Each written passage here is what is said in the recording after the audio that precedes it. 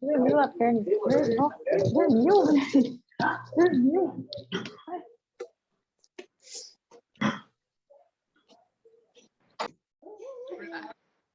Muito bem, Olinto. Podemos começar, por favor? Se apresenta. O Camilo, igual disse, acabou de entrar. Ele nem sabe o que... Explica para ele o que...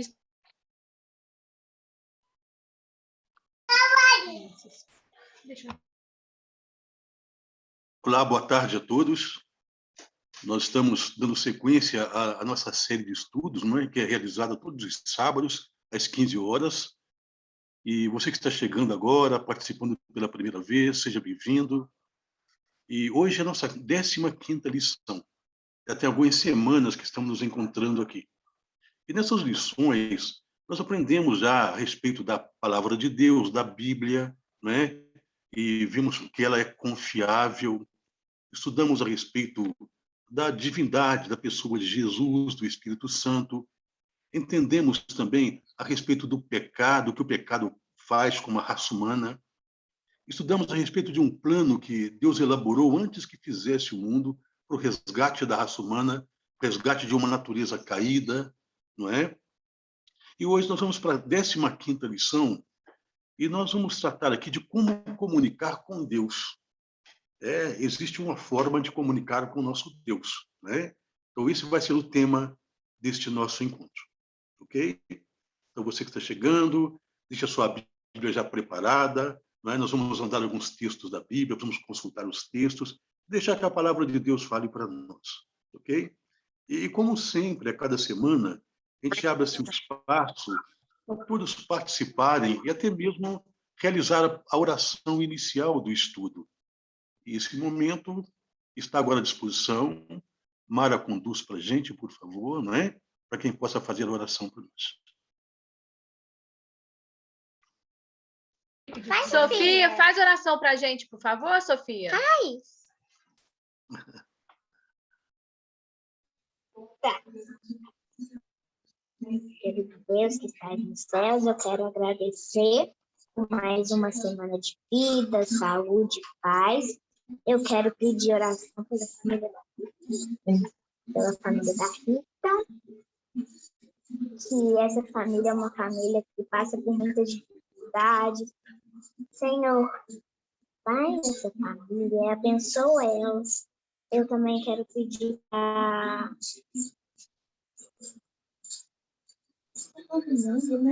todo mundo, para todos nós, agradecer o Olinto por nos ensinar a sua palavra, em nome de Jesus, amém. Amém. Obrigado pela oração.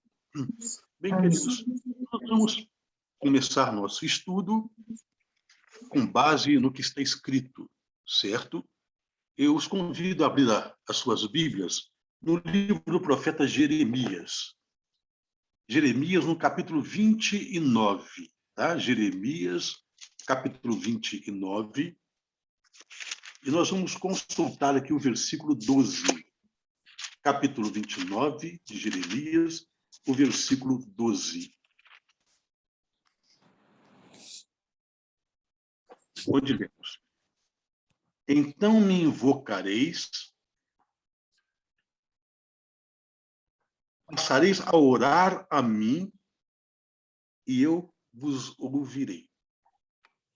Como já aprendemos nas primeiras lições, que este livro é um livro confiável, é a palavra de Deus escrita, inspirada pelo Espírito Santo, e escritores, né, registraram aqui, comunicou a eles. Nós vimos que o profeta Jeremias, aqui, recebendo as instruções de Deus, ele falou a respeito do que Deus disse a ele, né? Nós buscarmos a Deus, nós irmos a Ele, né? E se nós passarmos a orar, Ele vai nos ouvir. Então, o tema de hoje é a oração, é comunicando-se com Deus. Então me invocareis e orareis a mim, e eu vos ouvirei. Olha, que nós precisamos neste mundo, de fato, é que o poder maior, que é o poder de Deus, né, que a pessoa de Deus possa ouvir as nossas súplicas, nossos clamores, não é? Porque a vida do ser humano em estado mortal, ela é cercada de tribulações, de angústias, não é? Mas em todos os momentos, Deus é amigo, Deus é companheiro. E ele diz que nós devemos passar a orar, buscar a ele, e ele está pronto a nos ouvir, não é? É um Deus transcendente, né? Habita no seu trono, nos céus, lugar que nós chamamos de céus, mas é um Deus imanente também. É um Deus que está ao nosso lado a cada momento e disposto a ouvir a você e a mim. Passareis a orar, orareis a mim, e eu vos ouvirei. Paulo escreveu a respeito da oração e desta comunhão que Deus tem com cada um de nós, na sua carta, a carta aos Romanos, no capítulo 8, versículo 35 de Romanos, 8 e 35. Cadê nossas leitoras da Bíblia, nossos leitores? Alguém quiser ler, por favor, aqui é de forma bem interativa, né? Para que todos possam participar mesmo, ok? 8 e 35 de Romanos. O que diz lá?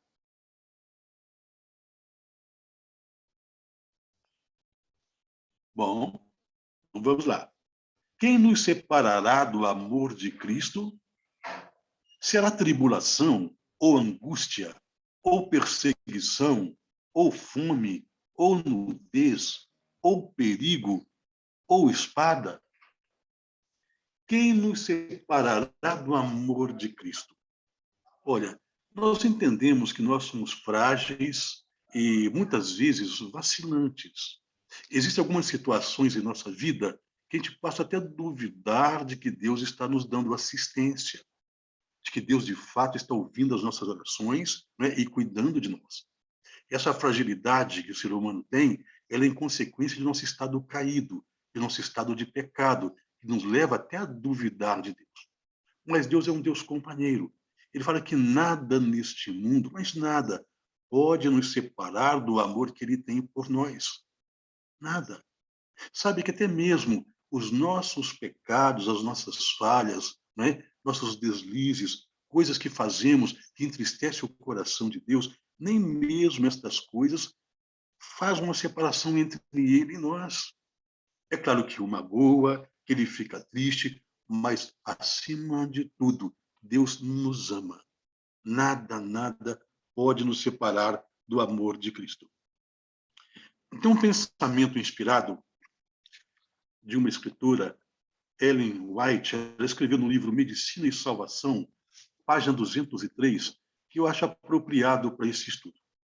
Ela disse o seguinte: alegro-me de que podemos ir a Deus em fé e humildade e pleitear com Ele até que nossa alma seja levada a tão íntimo relacionamento com Jesus que podemos depositar nossos fardos a seus pés, dizendo: eu sei em quem tenho crido, estou certo de que é poderoso para guardar o meu depósito até aquele dia. Nós podemos ir a Deus com fé, com humildade e pleitear com Ele, até que a nossa alma seja levada num íntimo relacionamento com Cristo. Porque esse relacionamento, Cristo tem buscado em nós, Ele vem atrás. Lembram das lições anteriores? É Deus sempre procurando o pecador, sempre procurando uma reconciliação com o pecador que rompeu com Ele, e Deus é nosso companheiro, certo? E no livro de Efésios, Efésios capítulo 3, versículo 20, Efésios 3 e 20, alguém pode ler?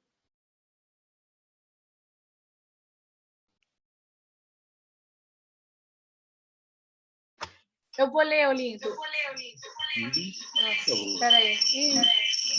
Não consigo. Não tem como, tá dando eco. Não, eu sei. Qual que é, Olinto? 3 e 20 de Efésios. Ora, aquele que é poderoso para fazer tudo muito mais abundantemente, além daquilo que pedimos ou pensamos, segundo o poder que em nós opera. Continua? Olha, sim, só 20 é o suficiente, diz que Deus é capaz de fazer tudo muito mais abundantemente, além daquilo que nós pedimos e daquilo que nós pensamos. Então, quando achamos que Deus não se importa conosco, não se aproxima de nós, de fato é um engano. É que nós temos no mundo espiritual uma visão embaçada e não conseguimos entender e perceber essa proximidade de Deus.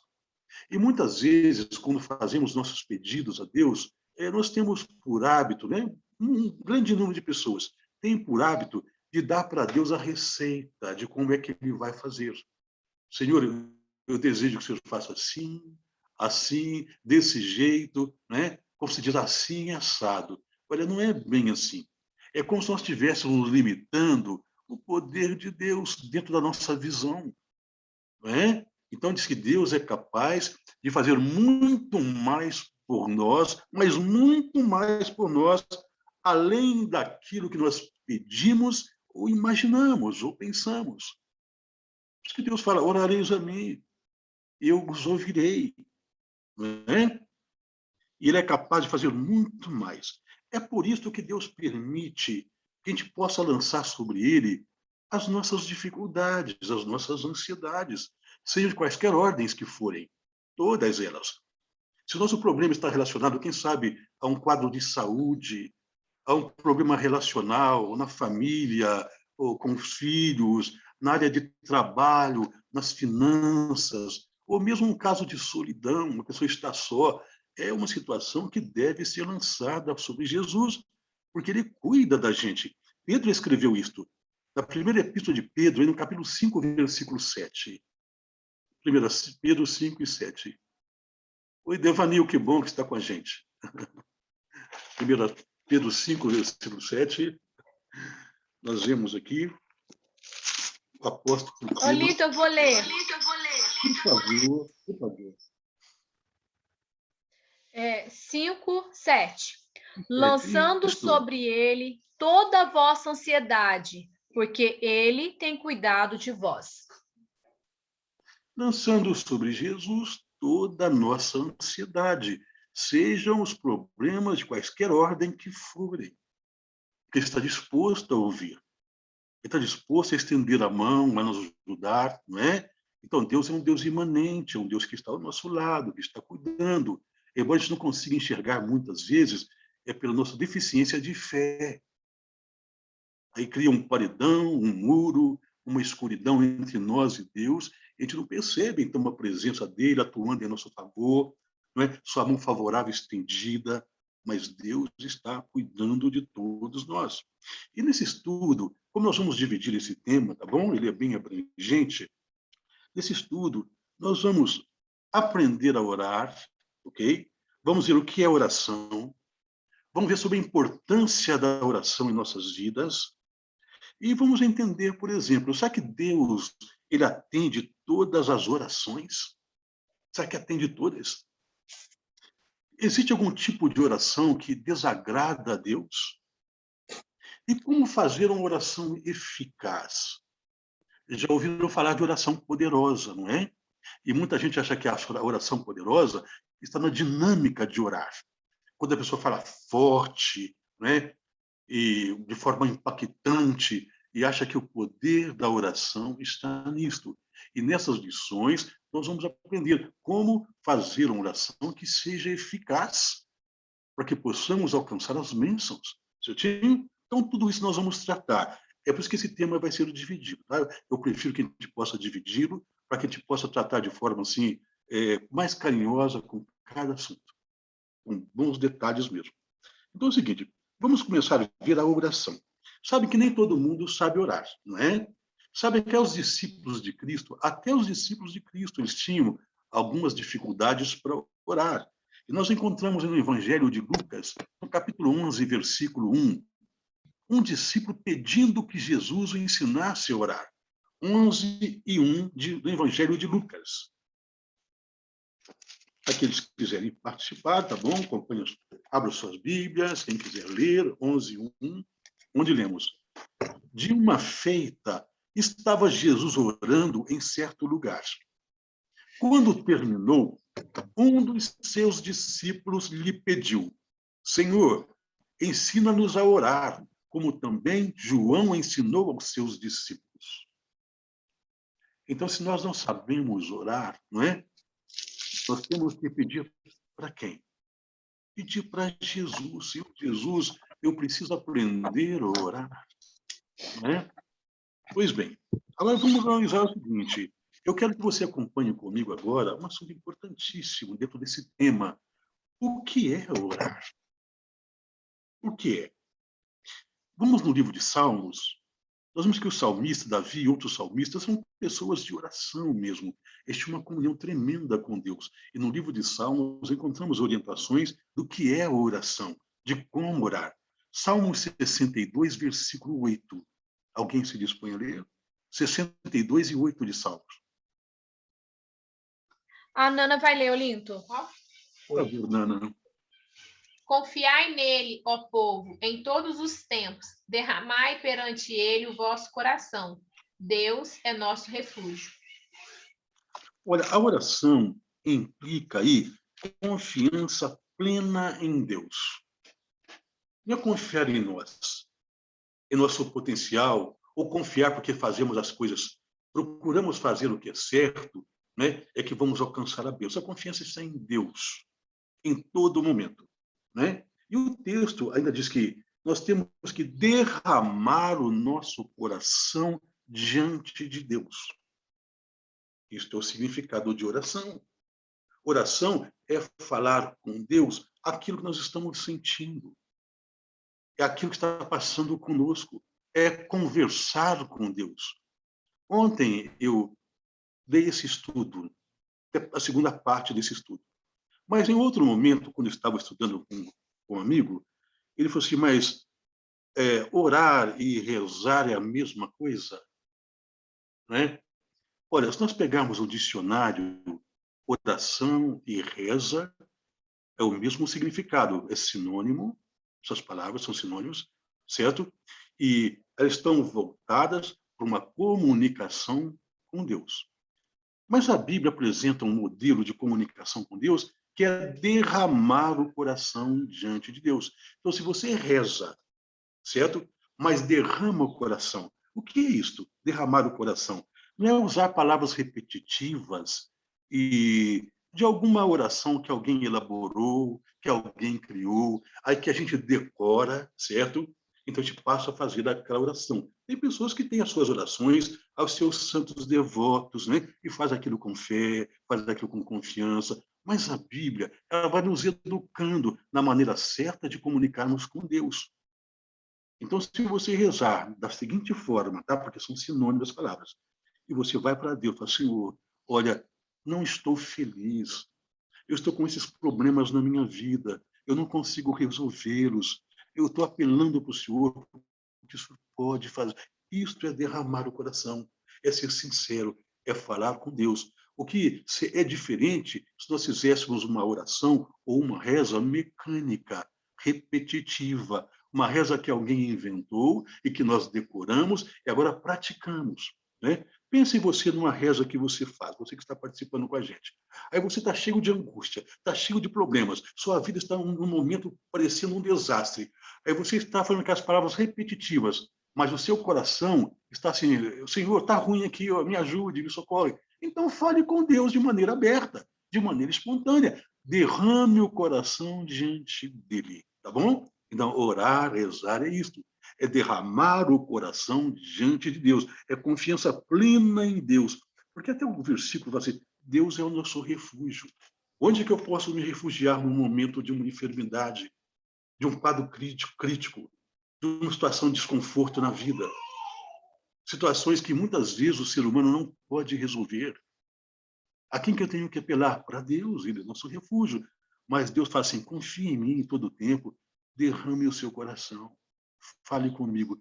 Deus não sabe dos meus problemas, dos seus problemas? É claro que sabe, tá? Olha, se existisse uma carência em Deus, tá?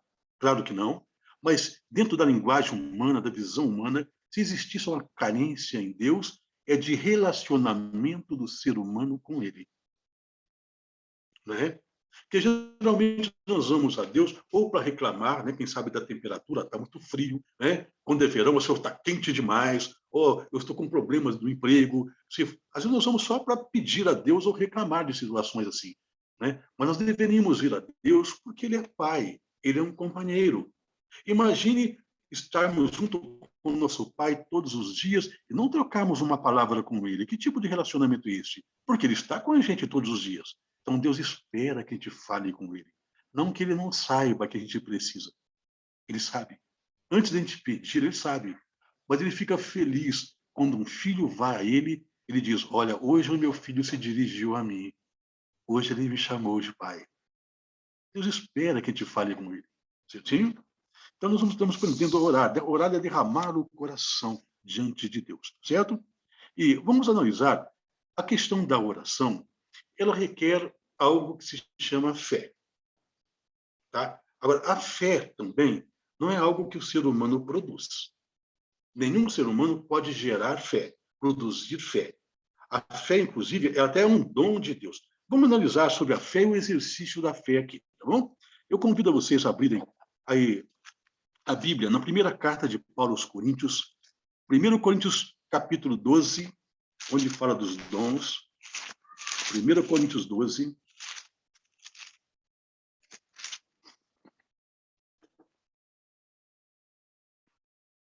De 7 a 9, tá bom? É uma leitura um pouco extensa, então eu faço, tá ok? Olha, a manifestação do Espírito é concedida a cada um visando um fim proveitoso, uma finalidade que te tira proveito, né? Aí, nós prosseguindo a leitura, porque a um é dada, mediante o Espírito, a palavra da sabedoria. A outro, segundo o mesmo Espírito, a palavra do conhecimento. Conhecimento e sabedoria são coisas diferentes. Nós vamos ter um estudo nesta série que vamos estudar sobre os dons espirituais, tá? Dom por dom. Mas, prosseguindo a leitura, a outro, verso 9, no mesmo Espírito, a fé. E a outro, no mesmo Espírito, o dom de curar. Então, a Bíblia vem mostrando que a fé, ela faz parte de um dom, de um presente que recebemos. Nós não produzimos fé. Deus é quem dá a fé, certo? E para nós alcançarmos as bênçãos, nós precisamos de fé. O que é fé? Aí no livro de Hebreus 11, versículo 6, Hebreus 11, verso 6, 11, 6 de Hebreus, olha o que nós lemos aqui. De fato, sem fé, é impossível agradar a Deus. Porquanto é necessário que aquele que se aproxima de Deus creia que ele existe e que se torna galardoador dos que o buscam. Sem fé é impossível agradar a Deus. Quem se aproxima de Deus precisa confiar nele. Ele dá a recompensa, ele dá o presente, ele dá o galardão. E a fé em Hebreus 11, versículo 1, ora, a fé é a certeza de coisas que se esperam, a convicção de fatos que não se veem. Então, para isto, a fé para o ser humano é impossível que ele produza. Ela é um presente de Deus. Deus coloca em nosso coração uma convicção da existência dele, de coisas que nossos olhos, né, carnais aqui não conseguem contemplar. Somente com os olhos espirituais e sendo um dom de Deus que a gente passa a ter um relacionamento confiável e a certeza da companhia, da presença e do amor de Deus por nós, né? Então, nós temos a fé. Agora, a fé, ela precisa ser desenvolvida. Deus dá fé, mas ela precisa ser exercitada. Porque muitas vezes a pessoa ora, mas não pratica, não exercita a fé. Vamos ver algumas experiências na Bíblia de exercício de fé, tá ok?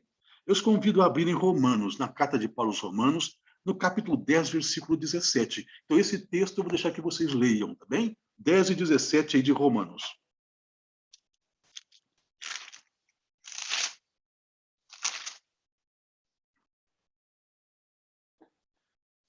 Como é que a nossa fé é fortalecida? De sorte que a fé é pelo ouvir, e o ouvir pela palavra de Deus. Olha, ouvir a palavra de Deus, ou seja, participar de um momento como este. Esse encontro semanal que temos aqui de estudo da Bíblia, né? O encontro que vocês fazem todas as terças à noite, não é? Ou, quem sabe, assistir um programa que leve para a Bíblia, que enfatize a existência de Deus, os cuidados de Deus. Quanto mais estivermos inteirados de uma proximidade maior com Deus, através dessas sugestões aqui de Bíblia, de programas, a nossa fé vai crescendo, ela vai fortalecendo, não é? Diz que a fé vem pelo ouvir. Ouvir o quê? Ouvir a palavra de Deus, não é? Então, nós precisamos ter fé. E se nossa fé está fraca, ela precisa ser alimentada. De que forma que ela é alimentada e se torna robusta? Quando ouvimos a palavra de Deus. Quando participamos de momentos especiais como este. Então, o Espírito Santo vai colocando em nosso coração uma convicção, uma certeza da existência e da presença de Deus em nossas vidas. Tá? No livro de Êxodo, capítulo 14, o versículo 15, aí no segundo livro da Bíblia, Êxodo 14, o versículo 15, nós temos aqui uma situação quando Moisés estava liderando aquele êxodo, a retirada do povo de Israel lá do Egito. Estiveram por mais de 400 anos ali no Egito, né? Agora Deus levanta um libertador, que é Moisés, e com o braço forte de Deus, Deus tira aquele povo dali, e tendo ali Moisés como líder. Mas chegou um momento em que eles tinham que fazer uma travessia pelo mar, né? Faraó havia arrependido de tê-los libertado depois de 10 pragas, da perda de seu único filho. Então, agora ele pega o seu exército e se dirige contra o povo de Deus para exterminá-los. E o povo estava diante do mar agora, né? E agora, diz a Bíblia que eles clamavam, aqui no livro de Êxodo 14, versículo 15, eles estavam ali clamando por livramento, estavam assustados, temerosos com a própria vida. Até se nós lemos o versículo 10 aqui, 14, 10, fala assim, e chegando o faraó, os filhos de Israel levantaram os olhos, eis que os egípcios vinham atrás deles, e temeram muito. Então os filhos de Israel clamaram ao Senhor, mas ficaram os clamores. E se nós lemos o versículo, então, 15, o que foi que Deus disse a eles? Disse o Senhor a Moisés, por que clamas a mim? Diz aos filhos de Israel que marchem. Às vezes nós temos projetos na vida, né? É claro que todos os projetos precisam ser bem elaborados, né? Feitos dentro de condições possíveis, não fazer loucuras. Mas às vezes as pessoas têm os recursos para um planejamento de vida, para um projeto, né? Para desenvolver alguma coisa que já vem sonhando há algum tempo, mas ficou só nos clamores, orando. Deus fala, para aí, marchem, tome iniciativa, coloque os pés nas águas aí. Eu vou com você, mas tome iniciativa. Isto chama exercitar a fé. Nós vemos outro momento também na história do povo de Deus, né? Ao lermos no livro de Josué, capítulo 3, de 11 a 15, Josué 3, de 11 a 15, foi quando agora Josué, sucessor de Moisés, passou a liderar agora o povo de Israel rumo à terra prometida. Agora tinham que atravessar o rio Jordão, num período de enchente. E aí, ao lermos esse texto, Josué 3, de 11 a 15, nós vemos o que aconteceu ali. Eis que a arca da aliança do Senhor de toda a terra passa o Jordão diante de vós. Tomais agora, pois agora 12 homens das tribos de Israel, um de cada tribo. Porque há de acontecer que assim que as plantas dos pés dos sacerdotes que levam a arca do Senhor, o Senhor de toda a terra, Pousem nas águas do Jordão, elas serão cortadas, a saber, as que vêm de cima se amontoarão. Tendo partido, vou prosseguir a leitura, tendo partido o povo das suas tendas para passar o Jordão, levando os sacerdotes a arca da aliança diante do povo, e quando os que levavam a arca chegaram até o Jordão, e os seus pés se molharam nas bordas da água, porque o Jordão transbordava sobre todas as suas ribanceiras, todos os dias da colheita, pararam, 16, pararam-se, e as águas que vinham de cima levantaram-se num montão, muito longe da cidade. Percebe? Os sacerdotes levaram a arca, colocaram os pés no Jordão e as águas abriram. Isso nós vemos na Bíblia como um exercício de fé. Nós temos alguns